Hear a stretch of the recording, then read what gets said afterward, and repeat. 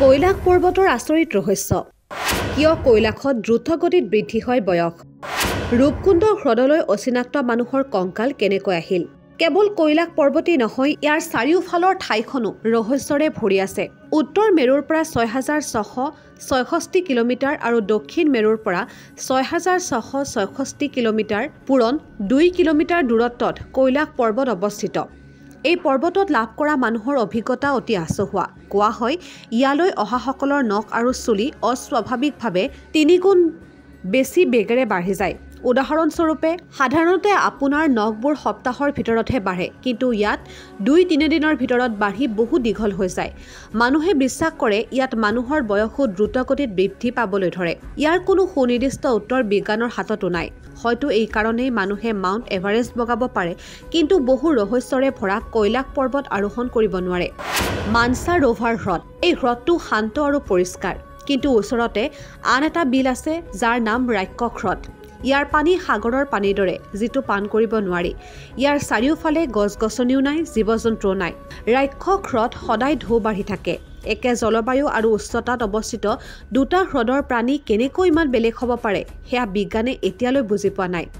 উত্তৰাখণ্ডত অৱস্থিত ৰূপকুণ্ড হ্ৰদ ইয়াক কংকালৰ হ্ৰদ বুলি জনা যায় ইয়াত বহুতো সংখ্যক মানুহৰ কংকাল পোৱা গৈছে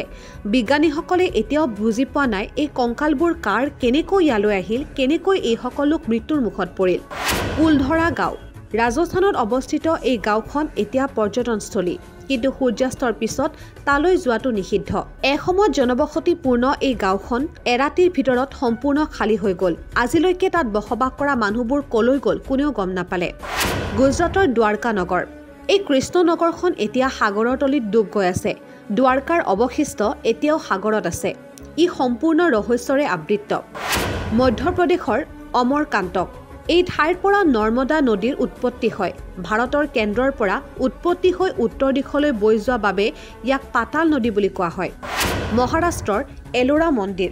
এই মন্দিৰটো সম্পূৰ্ণৰূপে শিলৰ পৰা খোদিত কৰা হৈছে ইয়াক সম্পূৰ্ণৰূপে এটা শিলৰ পৰা ওপৰৰ পৰা তললৈ খোদিত কৰা হৈছে অন্ধ্ৰপ্ৰদেশত অৱস্থিত বীৰভদ্ৰ মন্দিৰত ওলমি থকা স্তম্ভ এই স্তম্ভটোৱে মাটি স্পৰ্শ নকৰে তথাপিও ইয়াক আঁতৰোৱাৰ যিকোনো প্ৰচেষ্টাই মন্দিৰটো ভাঙি পেলাব পাৰে কেৰেলাৰ পদ্মনাভ স্বামী মন্দিৰৰ এখন ৰহস্যময় দুৱাৰ এই দুৱাৰখন এতিয়াও খোলা হোৱা নাই এই দুৱাৰখনত কোনো তলা বা চাবিও নাই ইয়াৰ পিছফালে সাগৰৰ ঢৌৰ শব্দ শুনা যায় বহুতে বিশ্বাস কৰে ইয়াক খুলিলেই ডাঙৰ দুৰ্যোগ আহিব যদি এই ভিডিঅ'টো ভাল লাগিল তেন্তে লাইক শ্বেয়াৰ কৰিব আৰু কমেণ্টত লিখিব জয় শ্ৰীকৃষ্ণ আৰু এনে আমোদজনক কাহিনী পাই থাকিবলৈ আমাৰ চেনেলটো ছাবস্ক্ৰাইব কৰিব ধন্যবাদ